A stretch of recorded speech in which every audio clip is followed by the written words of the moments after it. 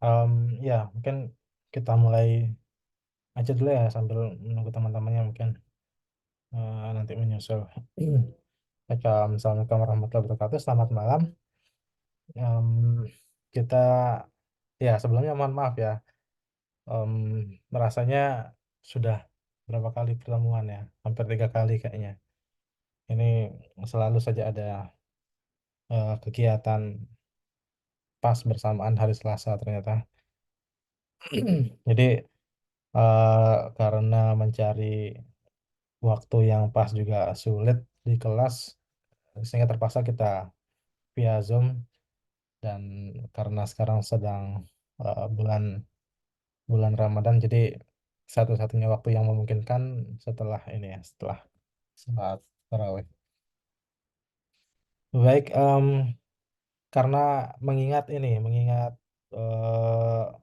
UTS itu kan sebentar lagi, sedangkan kita pertemuan yang sudah terlaksana baru 2 kali ternyata. Ini udah 1 kali pertemuan lagi, rasanya sudah mau mau UTS ya. Jadi mungkin sebisa mungkin malam ini saya akan jelaskan beberapa materi agar mengejar ya, karena di kelas kelas B kelas B atau A ya. Ini kelas apa ya? Kelas B, Pak. Kelas B ya. Oh ya, karena yang di kelas A itu sudah sampai week 5 ya, jadi agak jauh sekali ini ya, eh, jaraknya. Oke, sebelum mulai,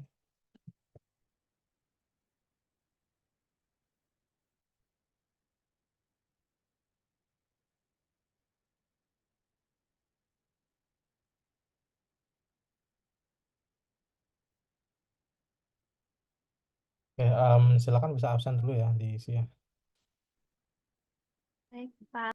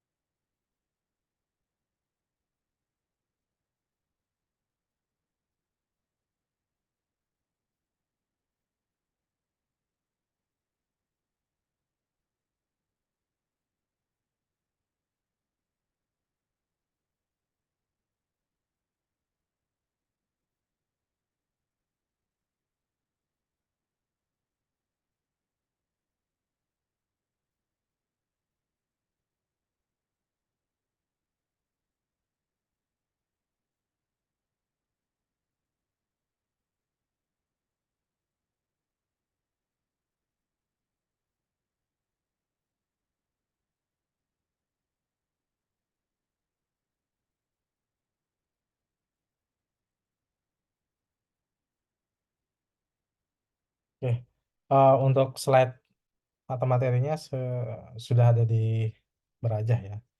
Dan Berajah nanti bisa dibuka langsung slide-nya. Oke, kita mulai dari pertemuan pertama, eh, pertemuan ketiga ya. Em, em, jadi malam ini kita usahakan bahas sampai yang minggu kelima ya, sampai ke sini.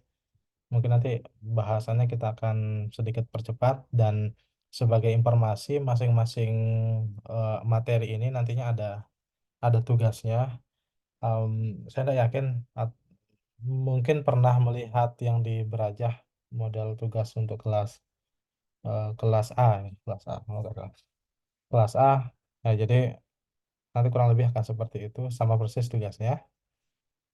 Oke, kita mulai dari sinyal dan slot dulu. Jadi em,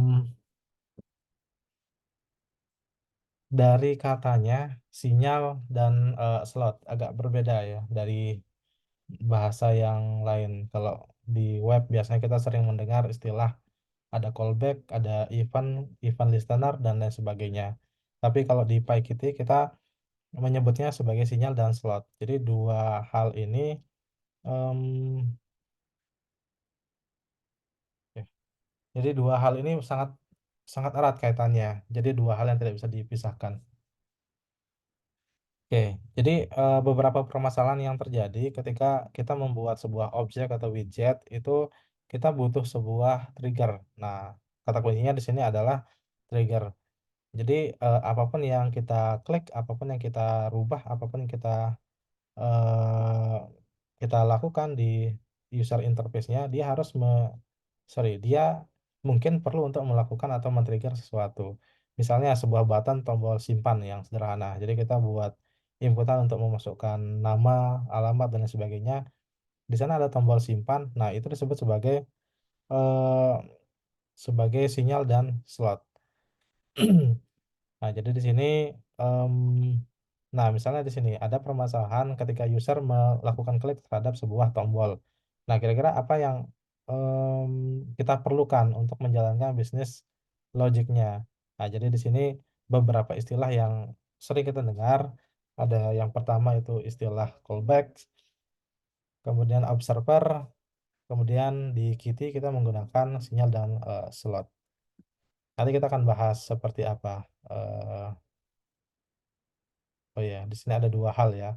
Ada sinyal dan slot untuk high level, callbacks, kemudian ada virtual method untuk low level, event. Nanti ada namanya event, nanti kita akan bahas.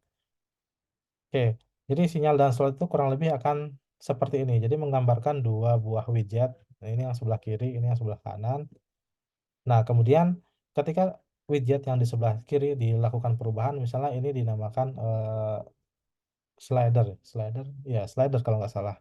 Slider ketika ini dirubah ke kiri ke kanan, ini semacam kalau di perangkat perangkat di dunia nyata itu seperti mixer ya, mixer ada kita atur, echonya, kita atur treble-nya, kita turun naikkan. Nah, sama seperti ini adalah slidernya. Jadi kita, geser ke kiri dan ke kanan. Nah, setiap kita melakukan perubahan, dia akan mengirimkan sebuah, sinyal. Nah, jadi dasar dari sinyal ini dari sini. Apapun yang kita lakukan perubahan, maka dia akan mengirim sesuatu dalam bentuk sinyal. Nah, kemudian, di sini ada slot. Jadi, sinyal ini agar bisa dimanfaatkan tentu ada yang harus menerimanya. Nah, yang menerima sinyal ini dinamakan, slot. Jadi yang menerima sinyal ini tidak harus, berupa widget seperti ini ya. Jadi bisa berupa apapun misalnya men-trigger ketika kita menggeser ke kanan, maka dia akan menyimpan datanya di dalam database misalnya. Tapi untuk contoh kasus ini kita akan, hanya melakukan perubahan terhadap widget yang lainnya. Jadi 2 hal ini, sinyal dan slot itu, saling terhubung. Nanti kita akan lihat bagaimana cara menghubungkannya. Oke, ini cara cara yang lama ya, tapi, di sini kalau diperhatikan,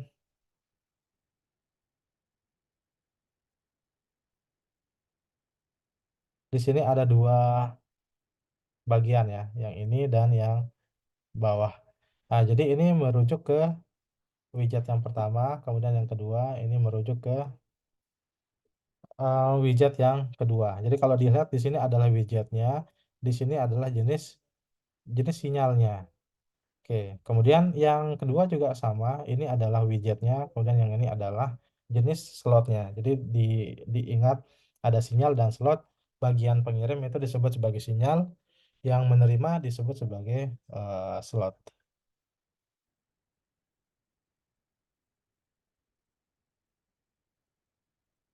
Nah, contoh salah satu, sinyal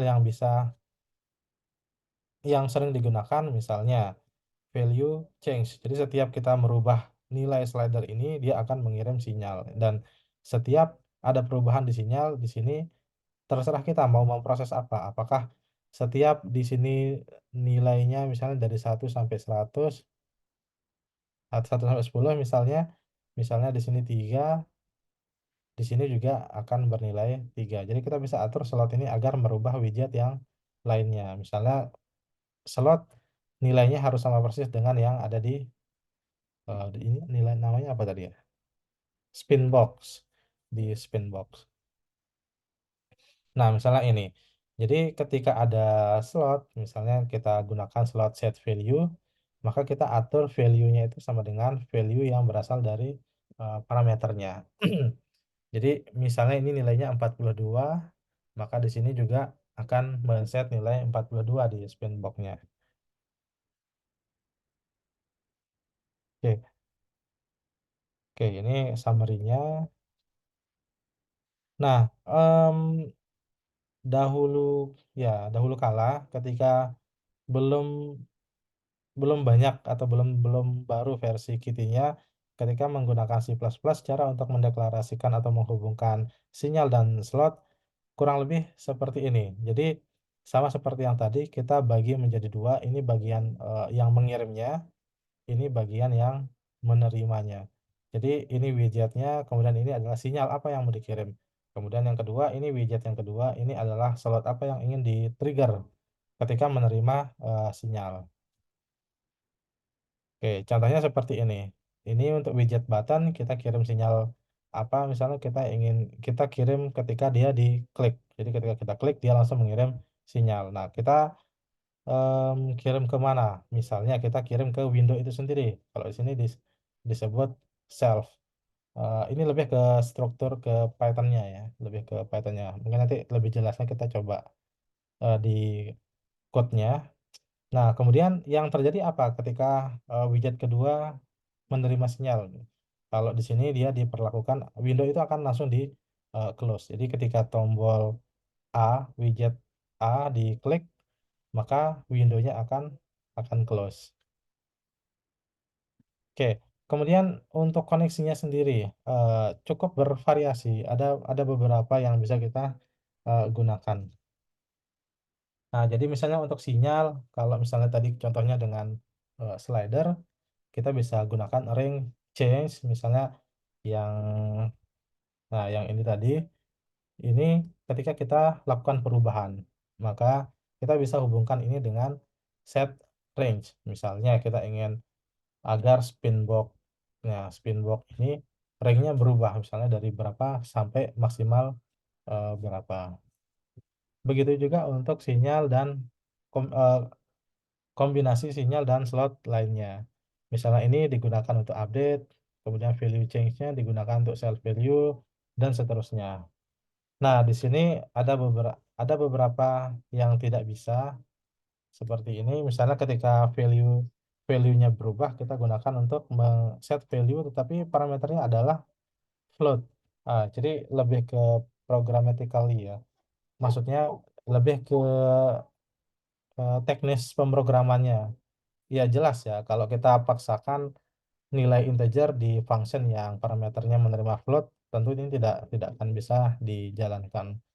Begitu juga untuk yang string. Kita kirimkan data string tetapi slot itu hanya menerima integer. Nah, ini juga tidak bisa. Jadi dipastikan antara data yang dikirim dan yang menerima itu harus harus sama. Nah, ada juga kasusnya ada datanya tetapi di sini tidak menerima parameter ya. Jadi tidak tidak perlu dipaksakan ya. Dia tetap mengirim ini tetapi kan tidak masalah. Meskipun di sini tidak kita definisikan parameternya tetapi tidak diolah, itu tidak menjadi masalah. Contohnya di Python tidak tidak menjadi error. Nah, ini cara lamanya. Yang terbaru adalah kita bisa hubungkan dengan cara seperti ini. Jadi widgetnya, kemudian ini sinyalnya, kita menghubungkan kemana? Menggunakan connect. Misalnya kita hubungkan ke window-nya, window utamanya. Ketika widget button A diklik, maka dia akan menutup aplikasinya. Misalnya seperti itu.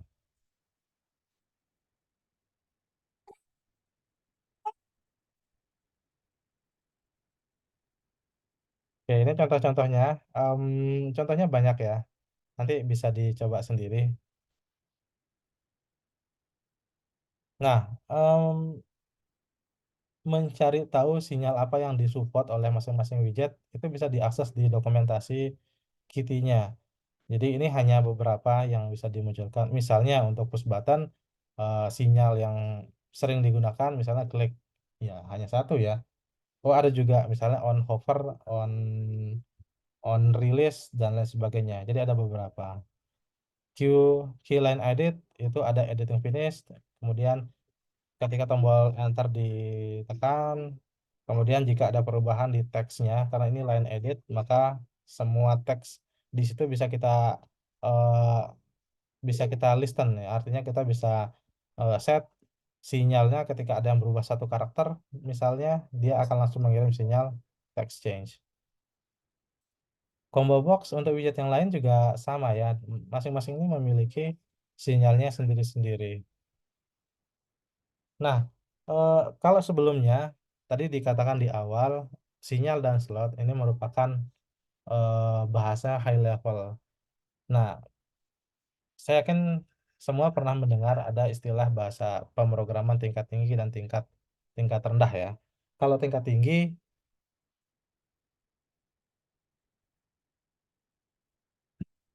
bentar-bentar.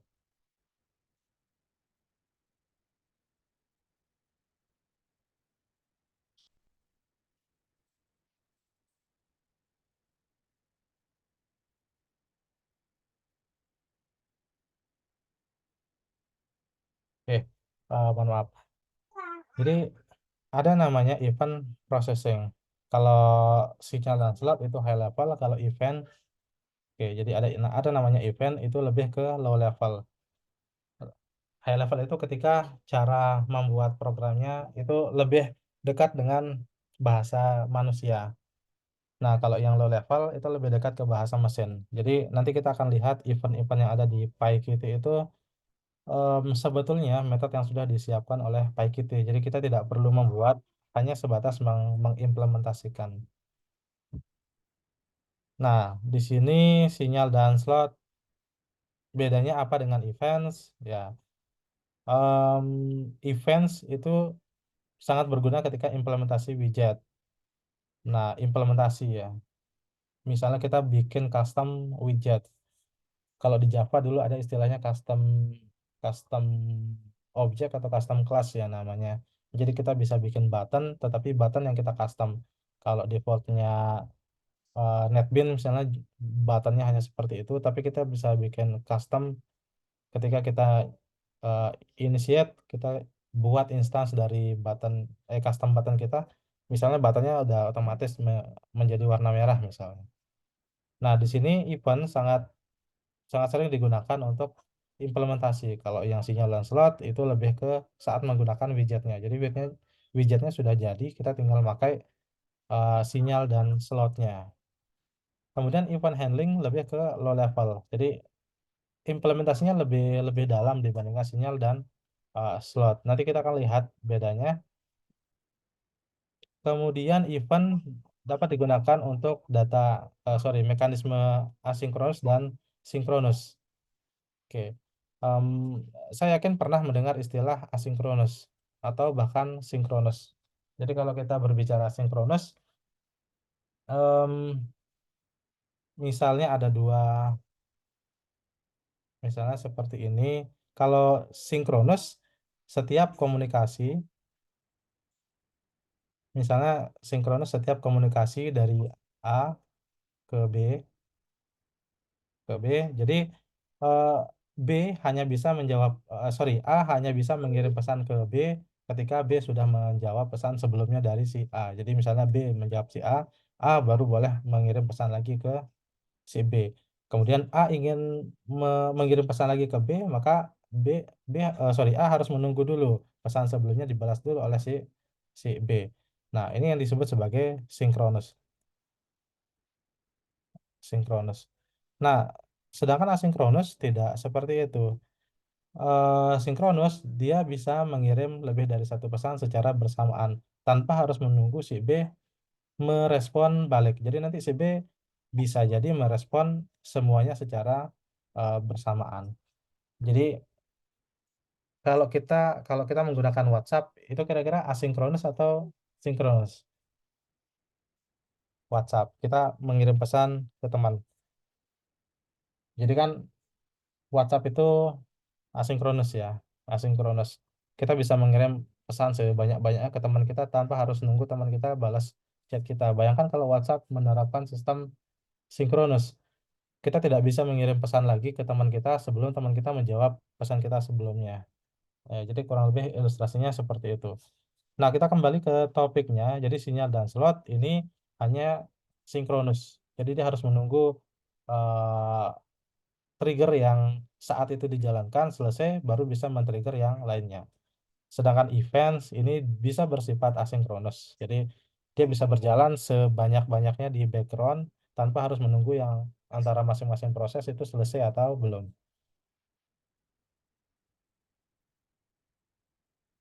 Oke, ini poinnya sama.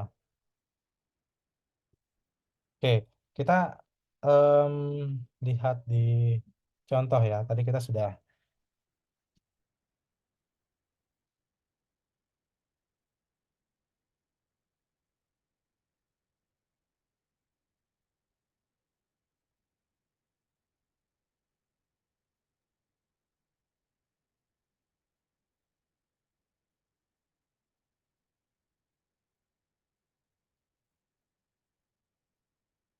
Oke, misalnya kita mulai dari yang sinyal dan slot yang ini.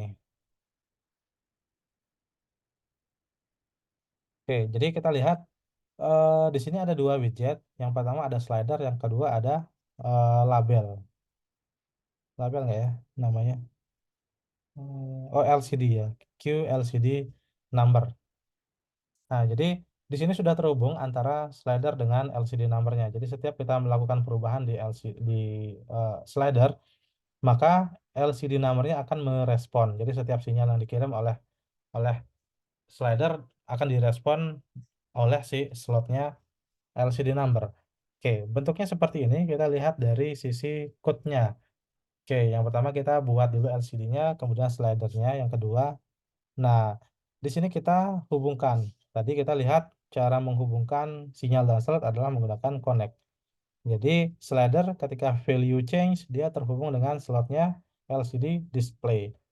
Oke, jadi kita lihat LCD display ini menerima parameter eh, parameter nilai, menerima parameter nilai dari slider dan itu digunakan untuk menampilkan di LCD.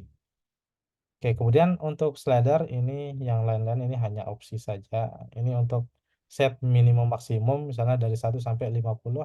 Kita coba lihat 1 sampai 50 maksimum. Kemudian intervalnya 10. Iya. Oh, oh sorry. Yang ini ya 10 tick intervalnya titik-titik yang ini. Oke. Kemudian contoh kedua. Oh, oke, ini.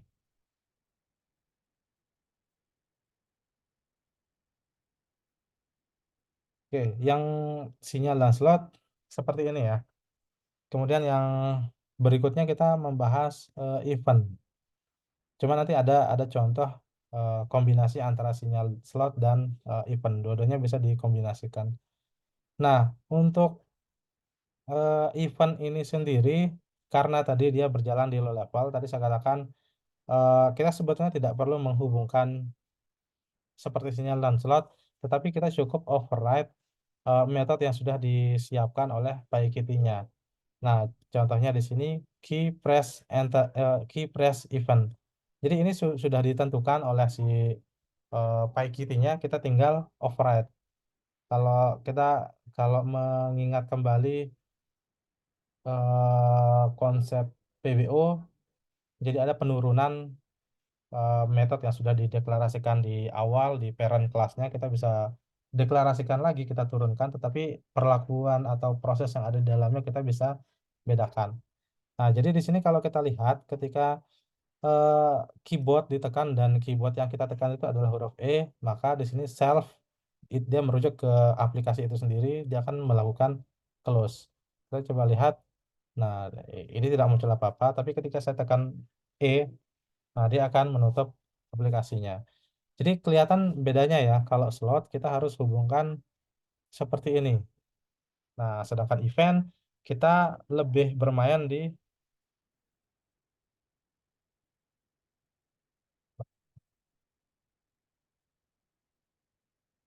sorry.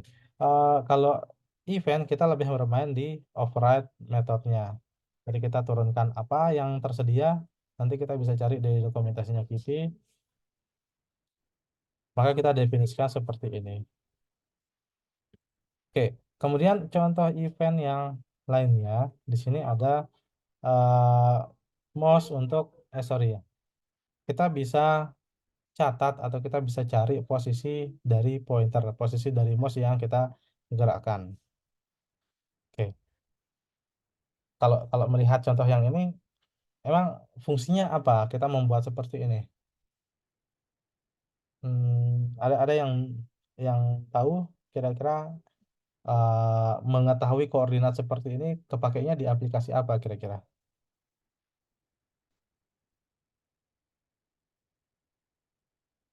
Misalnya di aplikasi image, image apa ya? Semacam Paint atau semacam Photoshop atau semacam Corel Draw. Jadi ketika kita merubah suatu blok, biasanya kan ada ini ya, kita ingin merubah dari pixel berapa, kemudian sebesar apa. Nah, untuk mencari tahu seperti itu, kita perlu tahu koordinat X dan Y-nya.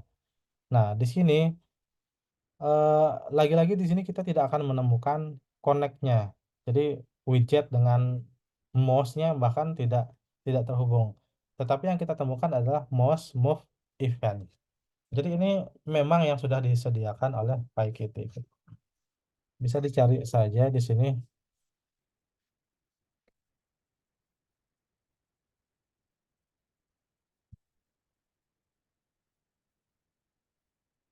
Oke, jadi ini adalah event yang sudah disediakan untuk menangkap eh, pergerakan mouse. Nah, jadi di sini E untuk data-data, misalnya data untuk X-nya, data untuk Y-nya. Nah, ini kita gunakan untuk menentukan teks. Jadi, sorry, untuk men-set isi dari label label ini. Jadi di atas kita sudah definisikan label, self label. Oke, sedikit intermezzo. Kenapa ada self di depannya? Ini untuk memungkinkan variabel tersebut bisa diakses oleh metode yang lainnya. Seandainya label kita hilangkan self-nya seperti ini, nah ketika diakses dari metode yang berbeda di luar metode yang ini, dia tidak akan bisa diakses. Nah, itulah kenapa di sini kita perlu men-set variabel tersebut self agar referensinya atau posisi variabelnya dia melekat di aplikasinya, bukan melekat skopnya di dalam sebuah metode.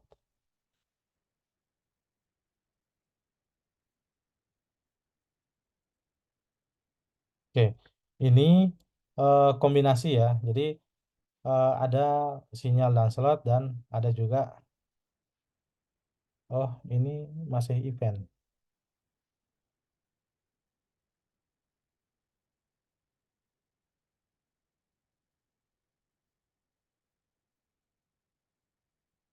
Ini kelihatannya masih sinyal dan slot ya. Karena ini dibuat sendiri ya.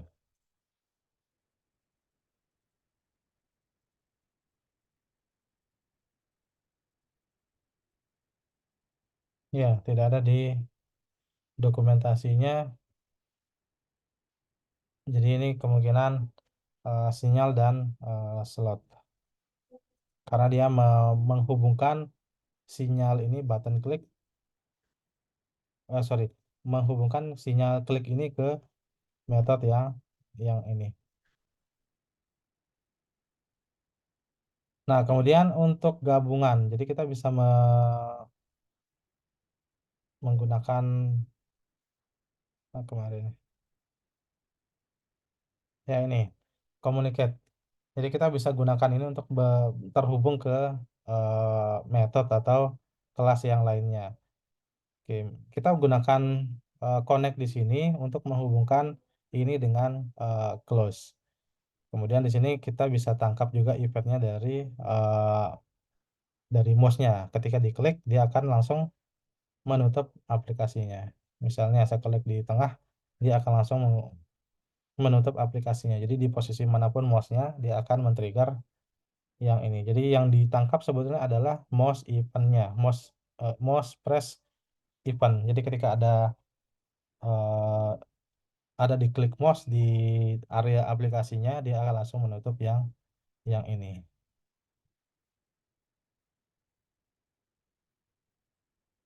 Oke, untuk sinyal dan slot ada yang ingin ditanyakan dulu?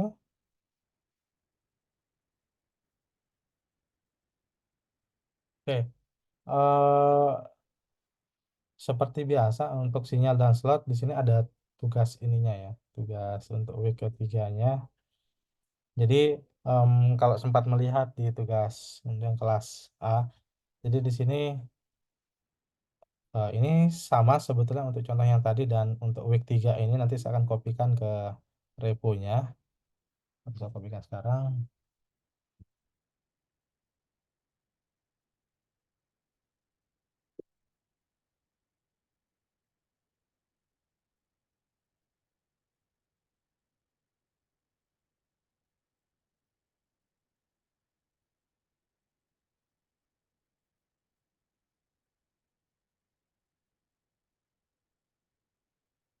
Oke, untuk contoh-contoh yang tadi nanti bisa diakses di sini.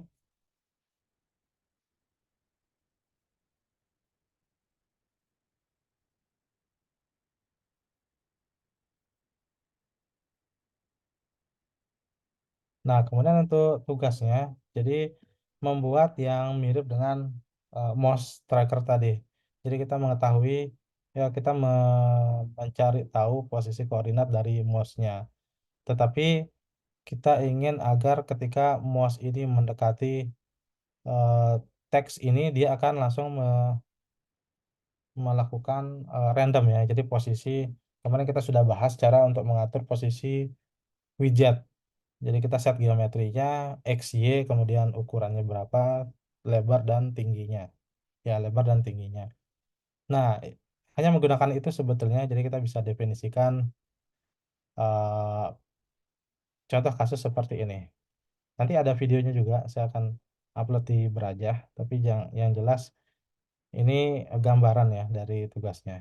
Jadi sudah ada sebagian besar code-nya di penjelasan yang tadi, tinggal dimodif agar menyerupai tampilan seperti ini. Oke, semoga ada gambaran ya.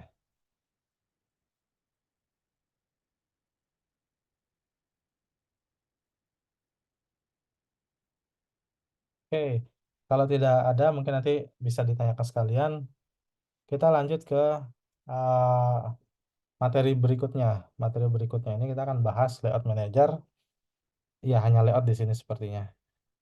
Ini sangat penting karena kita perlu mengatur layout dari aplikasi kita. Jadi tidak selalu kita menggunakan set geometri untuk mengatur posisi dari widget-widget kita. Tapi kita perlu strategi yang lain. Salah satunya di sini menggunakan layout. Oke, ya penjelasan yang tadi ya. Jadi tidak selamanya kita bisa gunakan set geometri untuk mengatur posisi dari widget-widget yang ada di dalam aplikasi kita. Maka kita perlu strategi baru. Nah, kalau kita menggunakan geometri, di sini ada X position, ada X position, ada Y position, kemudian tinggi dan sorry, lebar dan tingginya. Nah, permasalahan yang timbul adalah ketika kita membuka aplikasi itu di laptop yang ukuran layarnya kecil, misalnya posisi labelnya ada di sini, sorry, bisa dihapus. Wah, ya biar dah. Nah, kemudian kita ingin buka aplikasi tersebut di laptop yang ukuran layarnya lebih besar. Maka dia akan tetap posisinya di sini karena eee, geometri yang kita gunakan adalah sifatnya absolut. Nah, di sini ada absolute positioning. Eee, Dia mengacu kepada jumlah pikselnya. Jadi kalau misalnya ini 800 piksel, kalau ini misalnya 32 sekian piksel, ini baru, Full HD, ini sudah hampir 4K. Nah, jadi kelihatan di sini space-nya sangat banyak, di sini ya mungkin, sedikit. Nah, ini yang tidak diinginkan dan tidak baik juga untuk pengembangan aplikasi ketika, aplikasi kita itu kesannya kaku. Dibuka di laptop si A bagus, dibuka di laptop si B kok kurang bagus ya layout-nya, nah seterusnya. Jadi ini yang perlu perhatikan. Oke, jadi di sini ukuran widget tidak berubah ketika windownya di-resize atau kita membuka di laptop yang pikselnya lebih besar. Kemudian, tampilannya juga tidak seragam. Tidak seragam ini seperti yang tadi. Jadi sebelah sini dan sebelah sini. Jadi kelihatan, jomplang. Kemudian, nah jelas modifikasi sangat sulit dilakukan. Jadi kita harus dengan secara manual mengeset tombolnya ada di posisi X, 10, kemudian Y80 misalnya. Eee, tapi kok di laptop si C beda ya? Nah, maka kita harus ngerubah lagi.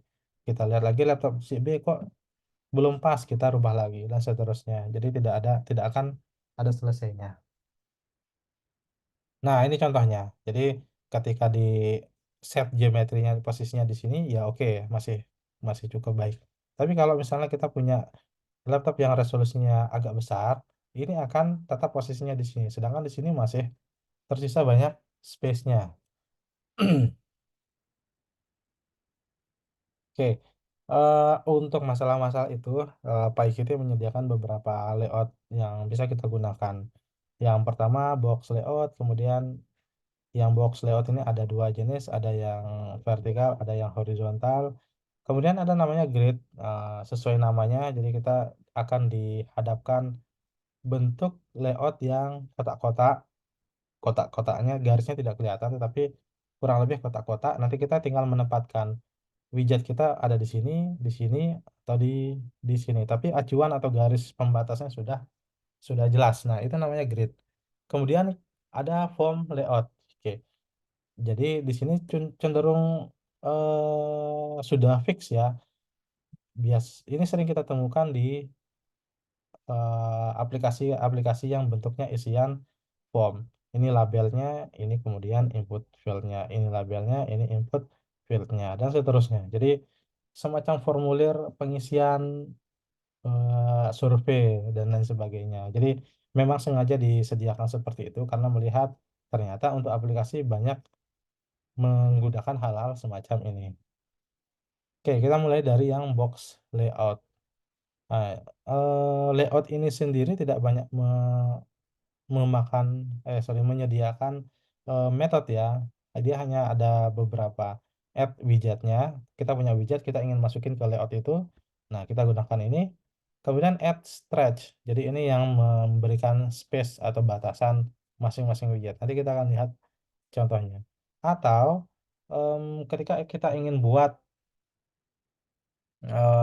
dia buat dia custom. Custom itu kita misalnya untuk box layout misalnya kita sudah punya, eee, ve vertikal layout misalnya seperti ini. Nah, kita bisa isi di sini, widget 1, widget 2, widget 3. Tapi di widget 4 kita ingin agar dia berbentuk kolom. Nah, makanya makanya kita perlu untuk memasukkan, horizontal layout. Nah, misalnya kita ingin posisikan di sini. Nah, untuk memasukkan layout di dalam layout, kita perlukan yang namanya add layout yang ini. Oke, misalnya seperti ini, ketika di-resize, dia akan otomatis punya space di sini. Tapi ini tidak otomatis seperti itu. Kita tambahkan yang namanya, eee, add stretch tadi ya. Ya, jelek tulisan saya pakai mouse. Jadi kalau ini view normalnya, tapi kalau ukuran window-nya dibesarin, maka yang tengah ini otomatis mengisi sesuatu dengan yang kosong. Nah, seperti ini. Jadi sebetulnya ini desain yang apa ya, yang baik. Dia lebih responsif. Kita ingin agar button ini lebih dekat ke sebelah kiri. Kita ingin agar button 2 ini lebih dekat ke sebelah kanan. Nah, makanya kita mendapati hal semacam ini. Button 2 lebih dekat ke kanan. Sehingga tengah-tengahnya tidak menjadi soal, tidak menjadi permasalahan. Oke, atau nanti kita coba sekalian, kita lanjut dulu ke, oh ya, ini yang horizontal tadi, nah yang vertikal dari atas ke bawah, horizontal dari kiri ke kanan. Jadi mendatar. Kemudian grid layout yang sudah saya jelaskan tadi. Nah, di sini ada perbedaan ketika kita ingin menambahkan widget, add widget. Selain widgetnya, kita harus definisikan. Kita ingin posisikan widget ini di baris keberapa, row keberapa, atau, sorry, dan kolom keberapa. Misalnya, ini bentuk grid kita. Ini bentuk grid kita. Saya ingin tambahkan widget di sini. Ini widget. Maka saya harus mengetikkan add widget, kemudian widget apa yang mau kita tambahkan di parameter pertama, parameter kedua adalah di baris keberapa, row keberapa. Kalau kita lihat di sini, dia ada di baris kedua. Ini baris ke satu, dua, tiga, satu, tiga. Baris kedua dan kolom ke, sorry, ini dua, ini tiga. Baris kedua dan kolom ke tiga. Maka ini saya isi dua, ini tiga. Nah, jadi cara menambah widget di grid itu kurang lebih akan seperti ini. Kemudian ada kalanya ketika kita ingin menggunakan yang namanya row span. Jadi ketika kita punya tabel, oh ya, grid ini semacam tabel sebetulnya. Jadi ada kalanya kita ingin agar yang bagian atas itu merge, lolos. Jadi tidak ada garisnya. Maka ini kan harusnya ada garisnya ya, di sini dan di sini. Tapi karena kita gunakan row span atau call span, nanti kita akan bahas yang dua ini. Ini memungkinkan kita untuk set satu buah sel itu overlap atau melintasi sel yang lainnya. Misalnya ini. Ini disebut sebagai kolom kolom span. Nah, kemudian terakhir ada juga layout, add layoutnya. Jadi kita ingin di dalam grid kita ingin tambah layout layout yang lainnya. Misalnya kita ingin tambahkan vertikal atau horizontal, tetapi tetap memperhatikan posisi penambahnya. Jadi sel di mana nanti akan ditambahkan. Misalnya kita nambah vertikal di sini, kita nambah vertikal layout di sini, maka kita harus definisikan dia ada di baris ke satu 2 3 dan kolom ke satu 2. Jadi baris ketiga, kolom kedua. Ini untuk yang ini misalnya. Oke, yang standar sebetulnya seperti ini. Masing-masing ini dia ada 4 baris dan 4 kolom. Satu, dua, tiga, 4. Oke, kita lanjut satu lagi ke form layout, baru kita lihat contohnya. Kemudian, sorry, yang form layout. Nah, tadi sudah kita bahas form layout ini sebetulnya sama seperti formulir-formulir pada umumnya. Yang pertama ada labelnya, misalnya nama, baru di sini ada tempat untuk mengisi namanya. Kemudian alamat, tulisan alamat, baru di sini tempat untuk mengisi alamat. Nah, jadi di sini dipecah menjadi dua widget sebetulnya. Makanya di sini ada dua dua widget yang kita gunakan.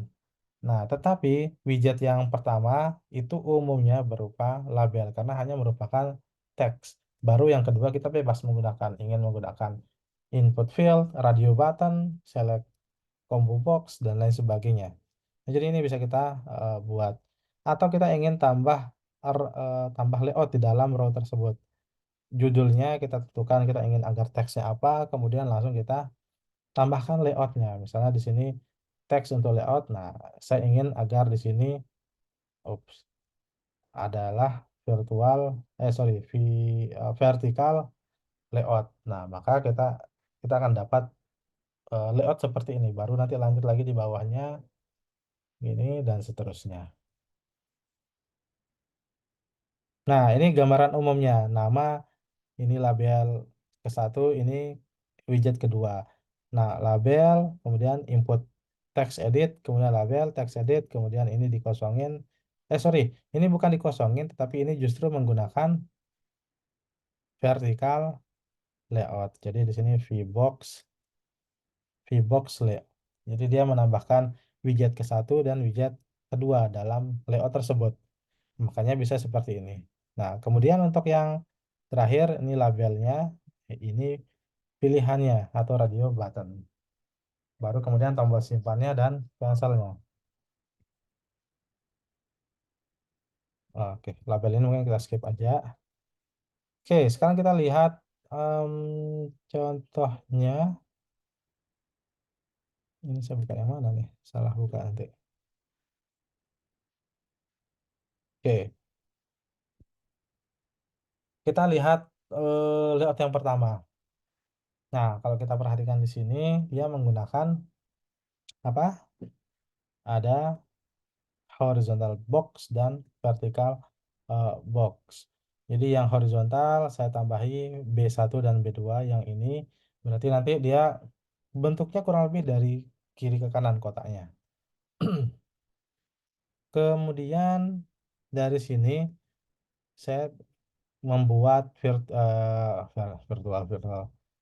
vertical box.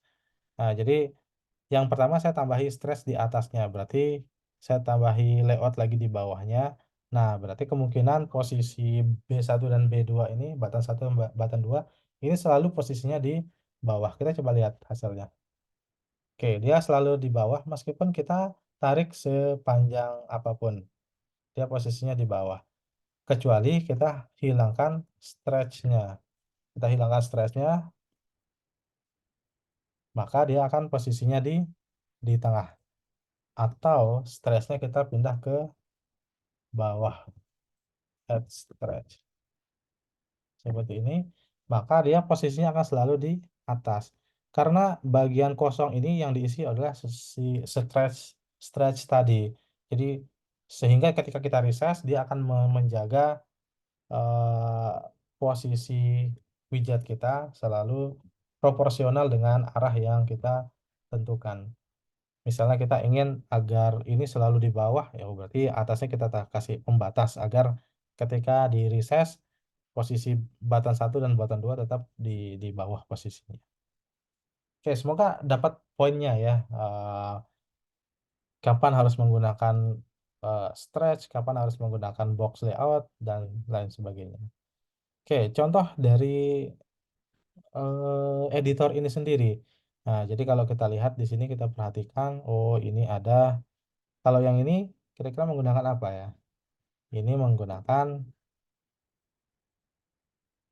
Ini menggunakan horizontal layout. Jadi yang pertama, kemudian yang kedua file navigatornya, kemudian yang ketiga baru baru editornya atau teks editnya.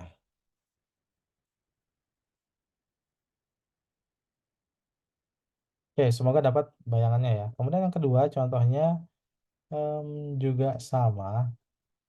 Oke, jadi di sini kita tambah stress di tengahnya sehingga button 1 dan button 2 sama-sama ada di pinggir. Jadi kita tidak ingin agar dia posisinya ada di tengah. Misalnya stressnya kita hilangkan, dia akan selalu mengisi posisi di tengahnya. Jadi dia akan ditarik memanjang sesuai dengan ukuran windownya. Kemudian yang ketiga, nah ini ya kombinasi dari eh, vertikal dan horizontal layout. Jadi yang pertama, yang button 1, yang ini button 1, ini kita buatkan box 1. Jadi kita buat satu layout terpisah yang isinya hanya B1. Kemudian bawahnya ada add stretch. Oh, pantas di sini ada space kosong. Karena dia mengikuti, dia hanya berisi dua widget B1 dan stretch-nya. Kemudian di box yang kedua ini juga ini adalah horizontal, berarti dari kiri ke kanan. Dia tambahi box box 2 dan box 3 masing-masing dipisah stretch. Berarti di tengah ini ada stretchnya B2 dan button 3.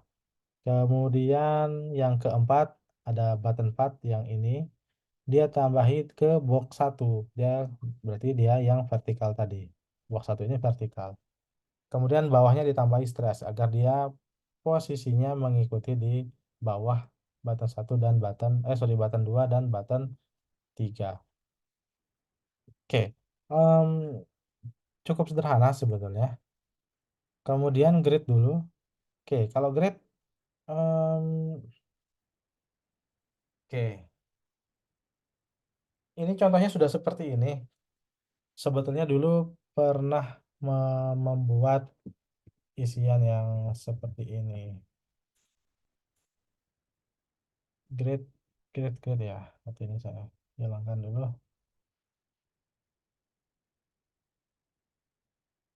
Oke, B11, B12, 13 dan seterusnya. Ini baris ke satu, baris kedua. Kemudian kolom ke satu, 2, 3, kolom keempat, kolom kelima. Nah, kita ingin menggunakan tadi ya teknik add widget. Jadi ketika kita ingin add widget, kita harus tahu posisinya. Misalnya kita ingin posisikan di sini, maka kita harus mendefinisikan baris kedua, kolom ketiga.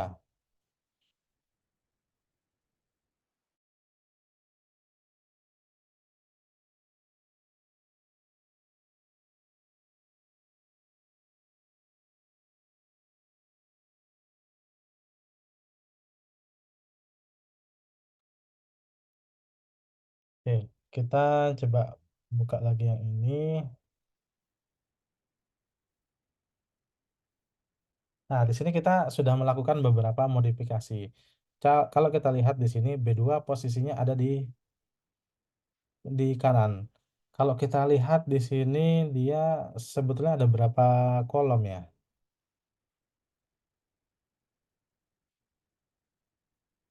Oke. Jadi di sini dia ada 4. Hmm, Oh sorry, dia hanya ada 3 kolom ya.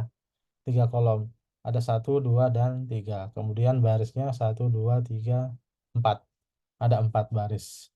Nah, jadi di sini B2-nya sengaja dikecilkan karena kita gunakan horizontal box di sini ya, H box 12. Nah, jadi yang B12 ini kita gunakan horizontal box. Di sini kita tambahi stretch agar eh, dia mengecil. Jadi kita bagi dua dan dia posisinya selalu di tengah. Kemudian yang B11 ya karena di sini dikosongkan maka kita gunakan yang row span sorry kita gunakan yang sel kolom kolom span. Jadi kalau kita lihat di slide-nya tadi,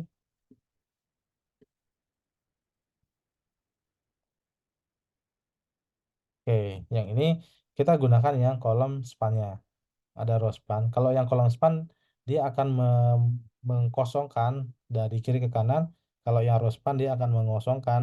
Jadi dia lintas sel dari atas ke bawah. Contohnya seperti ini. Jadi dia akan mengosongkan dari sini ke sini untuk yang baris baris kedua B11 baris ke satu.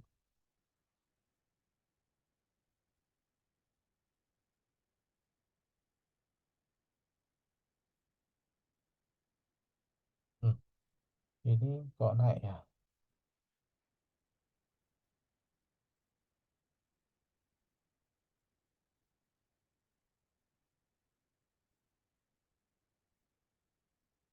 Oh ya. Oke, kita lanjut ke B2.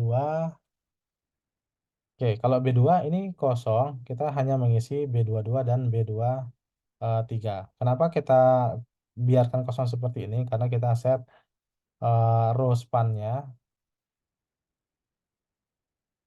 kolom span atau row span ya?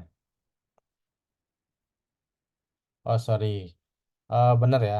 Jadi di sini kita sudah ambil ke bawah. Kita sudah ambil ke bawah Sehingga untuk baris yang ini dia langsung mulai dari kolom kedua dan kolom ketiga.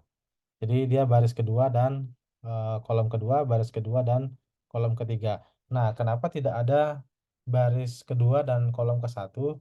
Karena di sini sudah diambil alih oleh si B11. B11 ini dia posisinya di baris pertama, kemudian kolom pertama. Nah, di sini dia ada row span 2. Nah, jadi B11 ini mengambil satu space ke bawah sebanyak 2. Kemudian call span 1 ya ini normal ya. Call span 1 itu normal, tidak bisa tidak diketikkan. Nah, makanya ini bisa eh, bergeser ke sini karena di bawahnya sudah diambil oleh si B11. Yang ketiga juga sama, kita hanya mengambil satu bagian saja, sisanya kita gunakan stretch untuk mengosongkannya. Jadi kalau kita lihat di sini dia posisinya di baris ketiga, kolom ke satu, row span-nya ke bawahnya tidak ada merging. Nah, tapi di sini kalau kita lihat kolom span-nya dia mengambil sel sebanyak 3 ke kanan, jadi kosong. Makanya dia hanya sendiri di bawah. Oke, yang ini nanti bisa dicoba. Oke, kemudian untuk yang tugas yang ini ya, ya nanti karena ada 3 tugas mungkin waktunya agak lama ya untuk pengerjaan tugas ini. Bisa hampir 2 minggu ya diberikan waktu. Harusnya kan idealnya 1 minggu, 1 tugas untuk 1 minggu ya, 1 minggu. Cuman karena ini dipadatkan menjadi satu pertemuan, jadi kita untuk tugas nanti berikan waktu yang agak panjangan. Nah, untuk tugas untuk yang layout ini, layout manager seperti ini. Jadi nanti membuat combo box seperti ini untuk aplikasi kasir. Jadi produknya apa, harganya nanti muncul di situ, kemudian kuantitasnya berapa, apakah ada diskon atau tidak. Kalau tidak ada, kemudian add to cart. Nah, dia akan mengisi list. Di sini dia menggunakan list item. Dia menggunakan list item kalau di PayKitty. Kemudian di paling bawah dia harus menampilkan totalnya. Nah, setelah diklik add to cart, dia akan mengosongkan semua isian. Nah, kemudian misalnya minyak. Dia beli 2. Nah, sedangkan di sana ada diskon 5% misalnya. Kemudian kita add to cart. Nah, minyak 25.000 harganya kali dikali 2, tapi ada diskon 5%. Nah, nanti di sini sudah otomatis akan dihitung total dari yang atas ke yang bawah setelah diskonnya.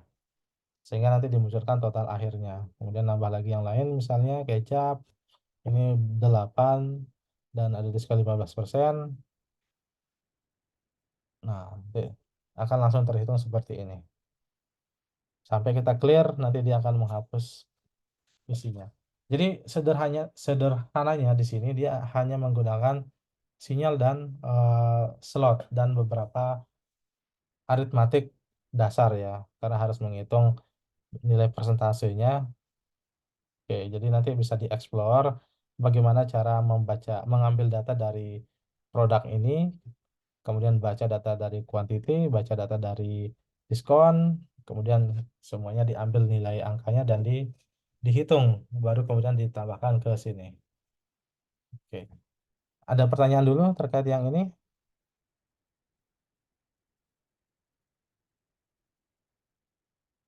Sebelum kita lanjut yang terakhir, hmm, oke, kita pause sebentar ya, satu atau 2 menit.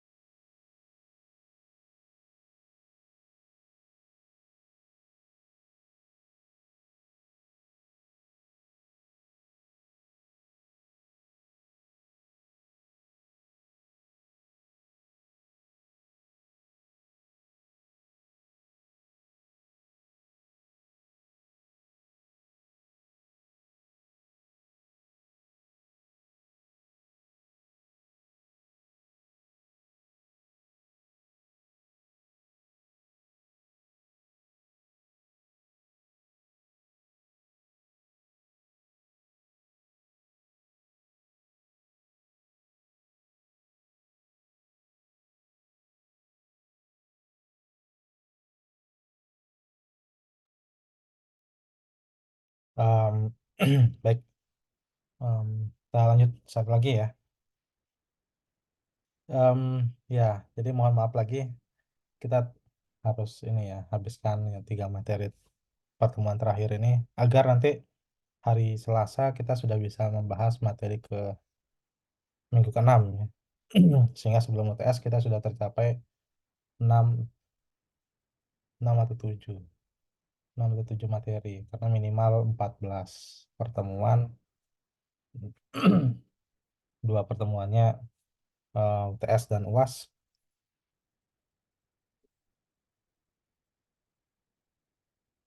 Oke, kita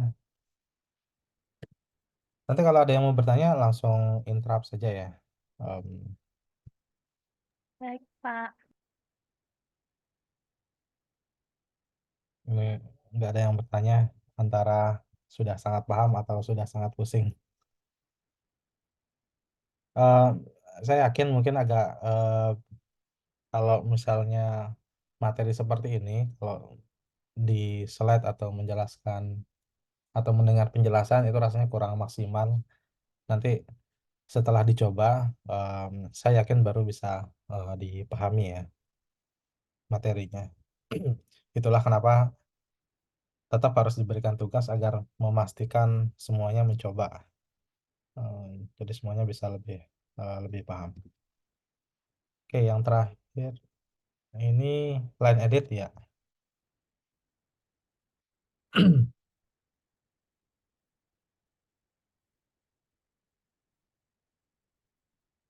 Oke, jadi kalau sebelumnya kita sudah membahas layout, sekarang setidaknya kita tahu, ketika kita punya bayangan ingin membuat sebuah aplikasi misalnya, kita tahu apa saja yang kita butuhkan.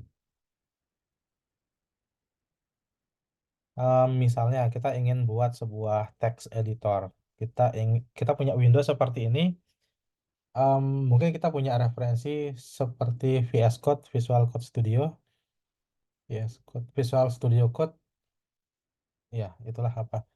Nah, biasanya di bagian atas ada menunya, oke, kita berarti sudah memerlukan yang namanya virtual vertical box layout, karena di sini ada bagian ke satu dan bagian kedua di bawahnya. Oke, ini box layout.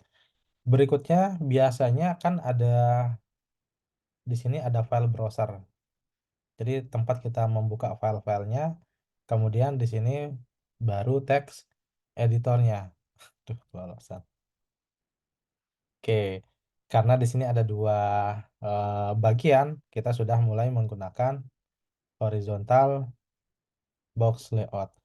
Nah, kemudian di sini ada tab-nya lagi, kan ada nama file ya, beda-beda file punya tab sendiri-sendiri. Ini sudah masuk ke ranahnya horizontal lagi. Nah, tapi karena di sini dibedakan antara atas dan bawah, dia sudah menggunakan vertical box layout lagi. Jadi hal-hal semacam ini perlu kita eh, perlu kita breakdown. Jadi kita butuhnya apa, bagiannya ada di mana, kemudian mencapai itu seperti apa. Nah, kita bisa buat hal semacam ini. Bahaya nih, taruh sini. Ya, kurang lebih seperti ini. Saya harap dapat dapat poinnya ya. Kenapa kita penting untuk mempelajari layout manager. Nah, setelah kita tahu layoutnya seperti apa, sekarang kita perlu mengetahui untuk widget-widget yang akan sering kita gunakan. Misalnya line edit, ini kan umum sekali ketika kita ingin menambahkan isian nama, alamat, nomor HP dan lain sebagainya. Kemudian push button ketika kita butuh untuk men-trigger sesuatu, klik simpan, klik next, klik apapun yang bisa diklik itu menggunakan push button. Kemudian radio button biasanya untuk option. Ini sering sekali digunakan untuk jenis kelamin misalnya laki perempuan, kemudian eh, pilihan-pilihan yang pilihan-pilihan yang opsinya minim ya. Misalnya jenis kelamin, ya pasti menggunakan radio button. Em, kemudian pilihan apa lagi ya, yang sedikit agama misalnya, kemudian jenjang pendidikan dan lain sebagainya. Itu kan masih sedikit ya, SD, SMP, dan seterusnya. Tapi kalau pilihan eh, provinsi, kalau kita pakai radio kan bisa dibayangkan sebanyak apa pilihannya dan akan ramai nanti tampilannya. Nah, itu nanti kita menggunakan list list option atau combo box namanya ya. Kemudian ada checkbox. Jadi ini mirip dengan radio, tetapi kalau yang radio dia hanya bisa memilih salah satu, checkbox dia bisa mencentang lebih dari satu. Oke, kita mulai dari yang line edit. Oke, karena kita sudah paham line edit ini seperti apa, sekarang kita perlu fokus di propertinya. Misalnya ketika kita mengedit sesuatu, kita ingin agar tulisan yang kita ketik itu mulainya dari sebelah kanan, mulainya dari sebelah kiri, atau justru dari tengah-tengah. Nah, kita bisa atur itu menggunakan alignment, set alignment. Jadi untuk parameternya kita bisa taruh, misalnya kita ingin rata kiri, rata kanan, rata tengah, atau dia harus pas dua-duanya, kiri dan kanan, justify. Kemudian untuk eco mode, em, ini mungkin tidak perlu kita bahas satu persatu karena dari nama dan metodenya cenderung sudah merepresentasikan fungsi dari metode itu sendiri. Dan kalaupun misalnya kita butuh sesuatu, seringnya kita mencari di Google ya. Gampang sekali sekarang set rata kanan line edit. Kita cukup ketik itu nanti Google udah ngasih tahu cara untuk membuatnya. Jadi kita sudah dikasih tahu metode apa yang kita pakai, parameternya apa, dan lain sebagainya. Tapi ini untuk bayangan saja bahwa hal-hal semacam ini ada loh gitu. Jadi tidak tidak ini nanti. Jadi ini untuk men-trigger bisa mencari metode yang lainnya, bisa dieksplor untuk metode yang lainnya. Normal ya seperti pada umumnya no echo ini saya kurang tahu. Lupa mencoba kemarin, tetapi yang pastikan yang bisa dipastikan adalah password. Ketika kita mengetik sesuatu di line edit itu, ketika kita set echo modenya password, maka yang muncul adalah hanya bintang-bintang saja. Jadi kita ketik A, munculnya bintang, kita ketik B, dan seterusnya. Nah, agak sedikit berbeda dengan yang on edit. Kita ketik password misalnya, ketika kita ketik, hurufnya muncul dulu.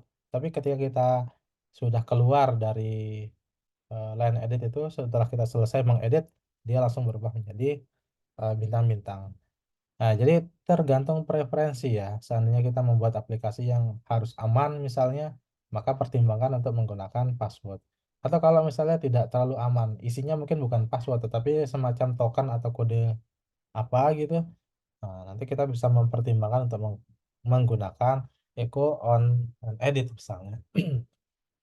Oke, kemudian max length ini sesuai namanya, jadi kita mengatur berapa banyak karakter yang boleh diinput oleh user dan seterusnya. Read only, oke, sesuai namanya sudah bisa ditebak ya fungsinya untuk apa.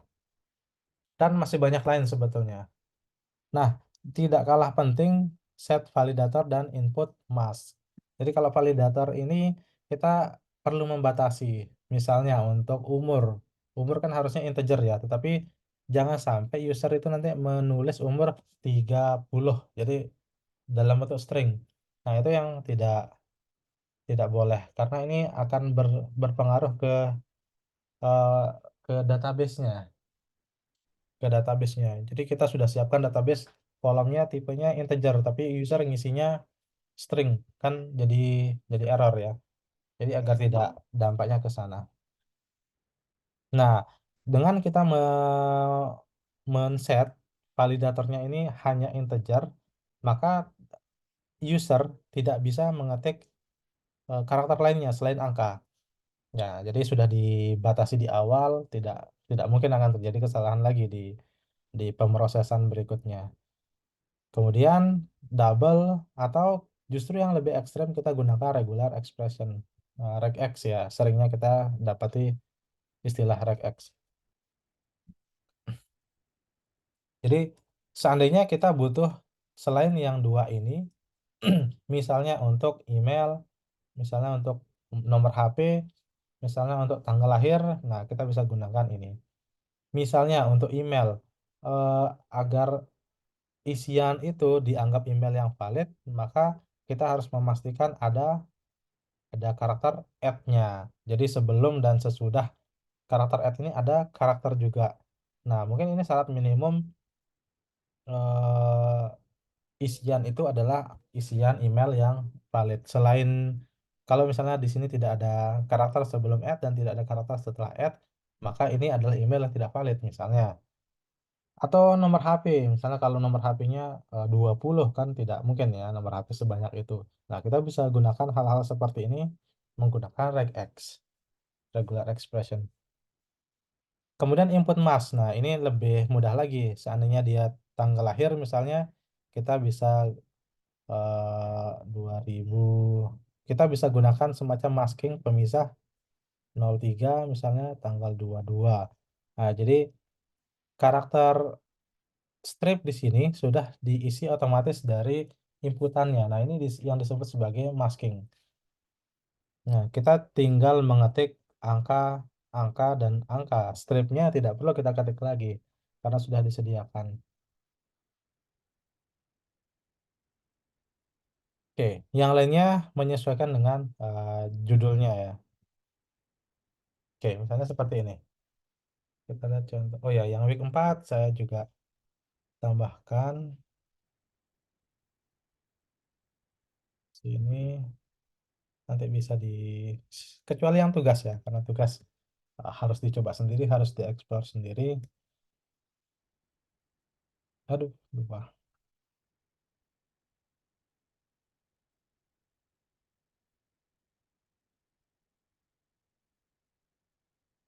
Harus klik ke sini.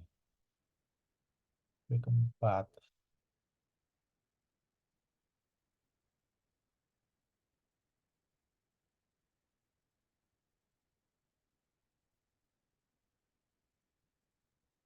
Oke, yang week 4 sudah. Yang week 5 sekarang. Kita lihat yang ini ya, contoh untuk line edit. Oke. Misalnya di sini. Ini adalah integer validator. Jadi yang bisa saya isi adalah hanya angka. Jadi saya ketik huruf apapun tidak akan muncul atau ditolak isiannya. Nah, ketika kita ketik angka, nah baru muncul seperti ini. Dan ini hanya dibatasi 5. Dan kok bisa ukurannya besar? Oke, ini kita bisa atur. Nah, misalnya mulai dari elemen yang ke-1, E1. Dia adalah line edit. Validatornya kita gunakan integer validator sehingga tidak mungkin user memasukkan karakter lain selain integer. Kemudian maksimum lengnya hanya 4. Oke, tadi kita ketik tambah lagi angkanya tidak bisa karena sudah dibatasi 4. Kemudian alignment-nya alignment align right. Jadi dia rata rata kanan. Jadi dia mulai ketiknya dari kanan. Kemudian untuk fontnya kita bisa gunakan family font Arial misalnya atau Times New Roman, Carrier New, apapun yang kita tahu. Kemudian kita set font size-nya 40. Nah, itulah kenapa di sini ukurannya agak lebih besar. Kemudian add row. Nah, tadi kita sudah membahas form layout. Untuk menambahkan widget di form ini minimal kita butuh dua dua widget, dua widget. Sorry.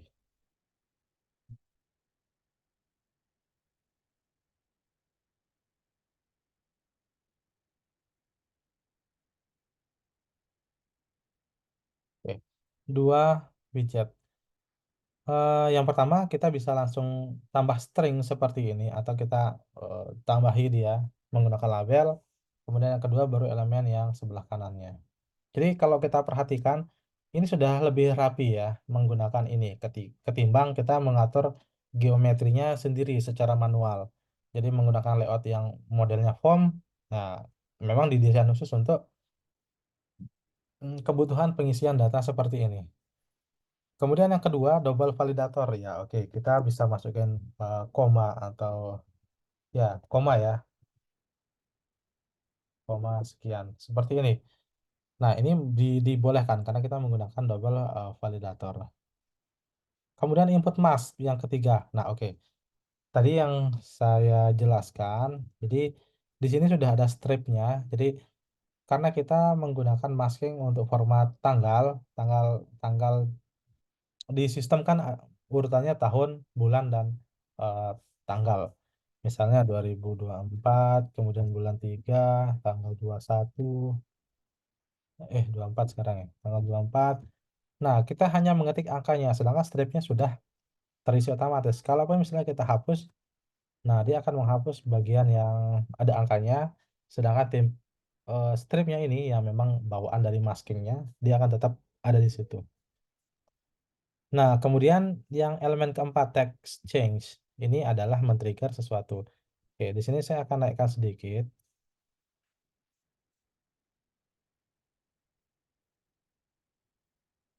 Nah, nanti dia akan men-trigger ini ya, ketika teksnya ada yang dirubah, dia akan mengirim sinyal ke text change. Kita lihat text change ini isinya apa. Text change ini isinya konten dari teks tersebut adalah, nah, parameter AA-nya. Oke, jadi dia hanya menampilkan string seperti itu. Kita misalnya ketik A. Nah, dia akan langsung muncul di sini contents of text box adalah A, R, dan seterusnya. Jadi apapun seperti ini, dia akan men-trigger metode tersebut. Nah, jadi dia menggunakan sinyal dan slot. Nah, kemudian untuk password, nah, kalau tadi menggunakan echo mode, ini ya, saya harus eh, kita harus load ulang nih yang berubah tadi. Nah, misalnya untuk password kita ketik langsung, dia tidak muncul apapun. Oke. Nah, kemudian di sini ada tambahan slot editing finish. Jadi untuk line edit itu ketika ada sinyal editing finish, ketika kita pindah ini atau kita tekan enter.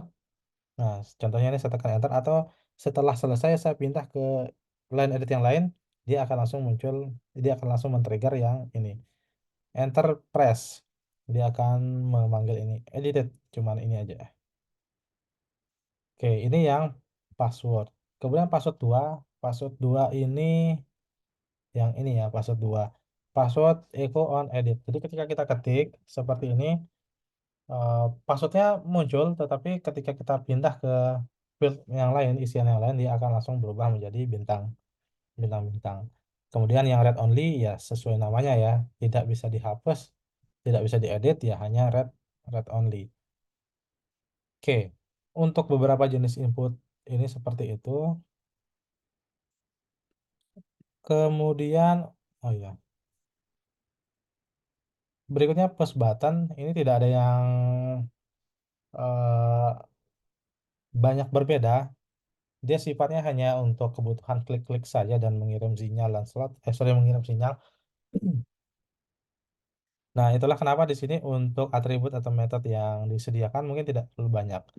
Misalnya toggle, eh, jadi ada kalanya dia bisa checkable atau tidak. Jadi ketika diklik dan dirilis, nah itu disebut sebagai eh, check, satu check. Kemudian set enable. Kalau kita disable ya jelas tidak bisa diklik. Kemudian is check. Ini artinya sedang diklik. Jadi ketika kita menekan mouse kita klik dan kita tahan, nah itu ini yang tertrigger. Kemudian set default. Nah, seandainya di dalam halaman itu ada banyak tombol, kan biasanya kita sering melakukan navigasi menggunakan keyboard ya. Kita ketik tab tab tab tab, dia akan berpindah dari button yang satu ke button yang lain. Nah, agar tidak seperti itu, kita bisa gunakan ini untuk mengeset mana satu button yang kita akan jadikan default. Jadi ketika kita buka, posisi highlightnya sudah di button tersebut. Jadi kita tinggal tekan enter, sudah langsung dijalankan. Soalnya set teks ya sama, teks juga sama, retrieve sama, ini mengeset teksnya secara program. Oke, di sini ada contoh untuk yang push button. Oke, kita lihat di sini. Nah, di sini ada kendala kemarin. Dia ketika dijalankan ini karena kita menggunakan pad yang agak jauh, maka kita running di sini. Hmm, 5. Oh, nama juga. Di sini ada py.png. Oh, sorry. Ini harus berada di satu direktur yang sama. Nah,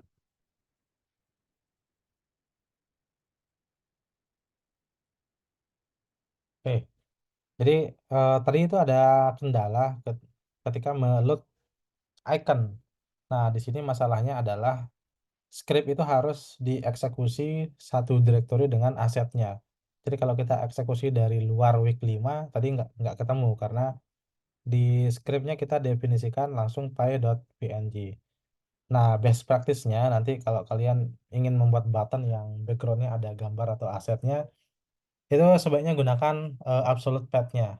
Jadi kalau ini kan relatif path, di mana posisi script ya itu yang posisi gambarnya. Kalau kita akses scriptnya dari folder yang berbeda, maka gambar itu tidak valid lagi.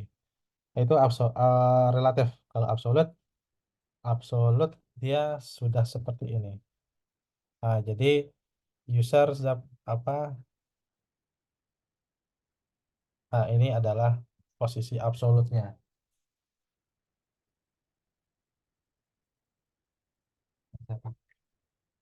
Di mana?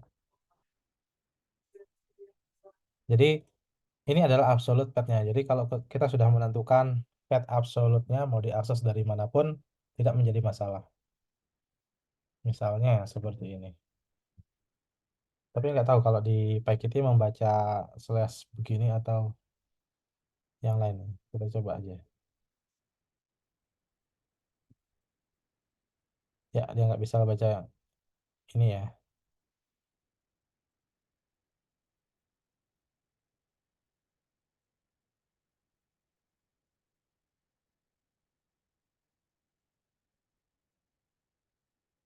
Ya, ini ada perlakuan ininya khususnya untuk root path-nya saya lupa harus menggunakan apa.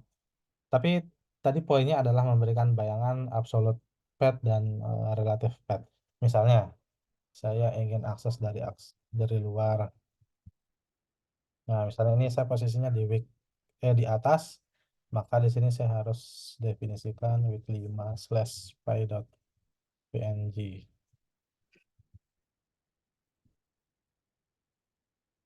Oke, ini baru bisa load ke load juga.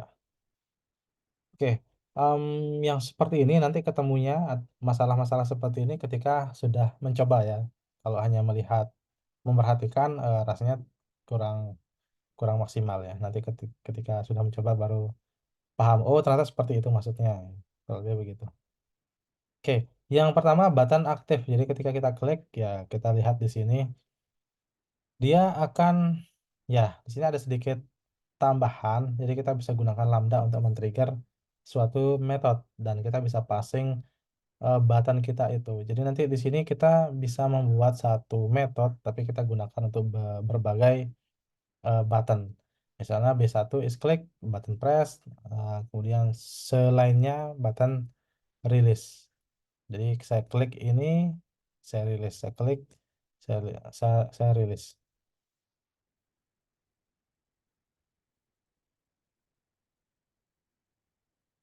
Kemudian ada gambarnya yang ini. Di sini tidak ada yang um, ini ya, tidak ada yang dilakukan. Poinnya hanya menampilkan gambar ini saja sebagai background. Disable ya, di disable ya. Kemudian sebagai default. Nah, bedanya tadi ketika saya baru jalankan, dia otomatis ter-highlight di default ini.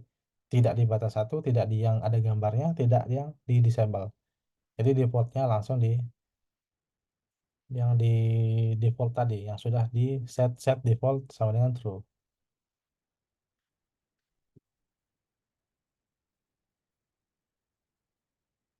Oke, kemudian untuk radio terakhir. Nah, radio seperti ini biasanya digunakan untuk pilihan yang sudah sudah fix jawabannya. Sorry, isian yang sudah fix pilihan jawabannya. Contohnya tadi jenis kelamin, agama misalnya, kemudian apa tadi ya, dan beberapa yang isiannya hanya sedikit.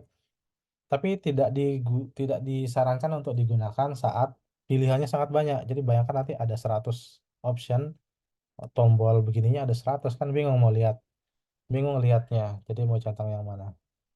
Nah, jadi itu pentingnya memastikan atau memilih kira-kira widget apa nih yang cocok untuk data data saya misalnya. Nah, sedikit berbeda dengan yang checkbox. Kok checkbox tidak ada contohnya. Karena sama ya mungkin. Ini terakhir untuk yang radio. Oke, radio juga sama, tidak terlalu banyak. Hanya seperti ini. Nah, cuman di sini kita bisa gunakan lambda juga untuk menentukan state-nya. Apakah sudah diklik, state-nya jadi aktif, nanti diklik lagi dia di selected.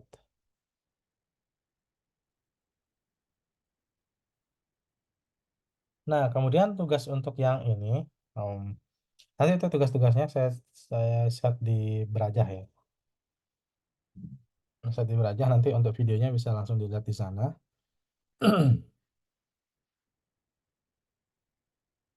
Oke, jadi untuk tugasnya di sini dia membuat isian untuk profil, isian profil. Jadi kita ketik nama atau misalnya masih kosong nih, kita klik save, maka harus ada notifikasi semua isian harus diisi. Oke, kita isi asal dulu seperti ini gini. Oke, semua sudah terisi, kan yang penting terisi. Kita save. Oh, ternyata ada error, dia harus merupakan email yang valid. Oke, di sini clue-nya menggunakan regular expression. Saya yakin nanti kalian akan menggunakan eh, semacam chat GPT, entah itu Copilot atau apapun, untuk mencari eh, formula regular expression untuk mengetahui apakah string ini email atau bukan. Kalau misalnya SDF, SDF, seperti ini, kita coba cek, ini tetap bukan email yang valid. Maka email yang valid itu adalah ada at-nya dan ada dot sesuatunya, misalnya .com. Oke, email tidak disalahin lagi. Sekarang masalahnya yang lain. Nomor HP ini harus 13 digit. Oke, berarti kita tidak bisa kosong. Biarkan ada yang kosong, kita harus isi semuanya. Nah, ini sudah diisi semua misalnya. Oke, sekarang HP-nya sudah valid. Di sini masalahnya umurnya. Umurnya harus, jadi umur misalnya 11. Tidak seperti ini ya, tetapi 11 misalnya. Oke, nah seandainya semua sudah tervalidasi dan benar, dia akan menampilkan profile save successfully. Dia berhasil menyimpan, simulasi aja ya, realnya tidak menyimpan sebetulnya, hanya menampilkan pop-up yang berbeda. Nah, dan setelah diklik OK, dia akan mereset semua isian dan balik lagi mengisi dari awal. Oke, videonya nanti akan saya siapkan dulu sudah ada sih, cuman nanti saya linkkan di submissionnya di Berajah biar lebih ini tertata. Yang week 5 saya tambahi dulu ke sini.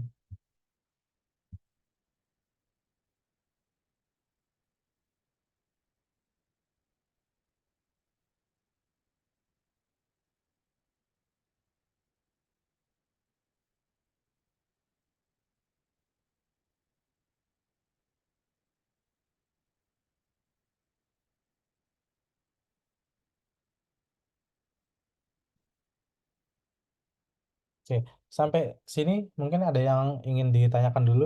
Tidak terasa sudah hampir 2 jam ini.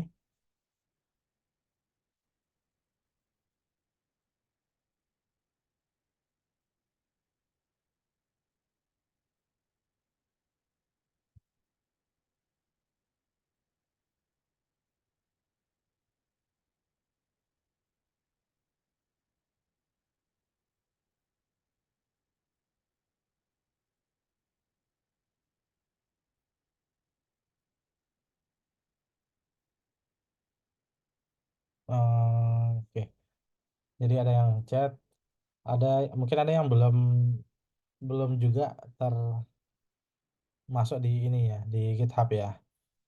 Nanti tolong dilengkapi saja file Excel, file spreadsheet yang ada di sini. Nanti saya akan cek cek ulang semuanya, mana yang belum, mana yang sudah, yang ada di sini ya, di GitHub account.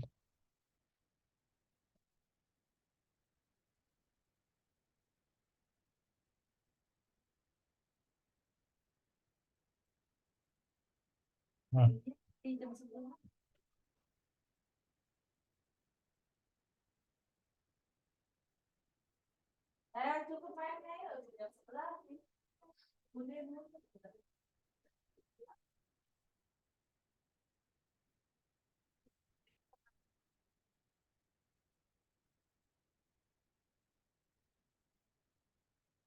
Oke, ini baru satu sepertinya yang belum masuk. Oh, dua. Nanti yang lain yang belum, memang belum di-invite, nanti tolong dilengkapi saja username-nya. Nanti setelah sesi ini saya akan tambahkan langsung di GitHub-nya. Jadi tinggal mengisi saja.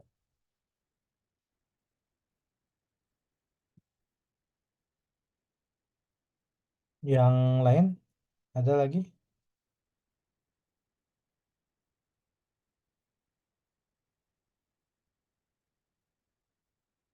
Link drive yang mana ya? Link drive.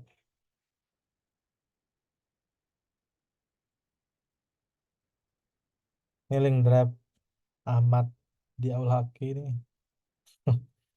Anunya ya, maksudnya spreadsheet-nya. Ada di Braja. Jadi di sini. Loh, mana dia?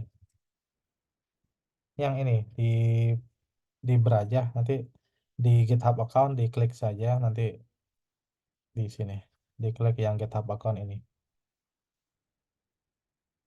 Nanti tinggal diklik dan diisi yang sudah disediakan. Jadi tidak bisa merubah yang lainnya ya harusnya. Ya enggak sih? Bisa enggak?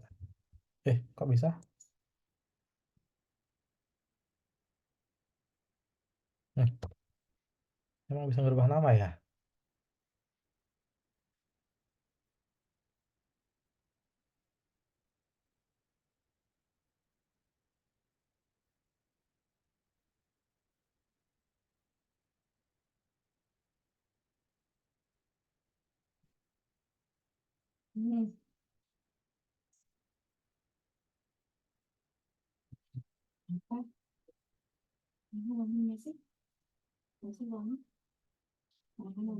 Iya. Nanti fokus ngisi di sini saja ya. Saya nggak tahu nih kemarin ngerubah apa. Yang lain mungkin ada yang mau ditanyakan lagi. Nanti ini pun juga ada recordnya ya. Saya akan upload di YouTube. Jadi seandainya ada teman yang ketiduran, nanti bisa nonton ulang.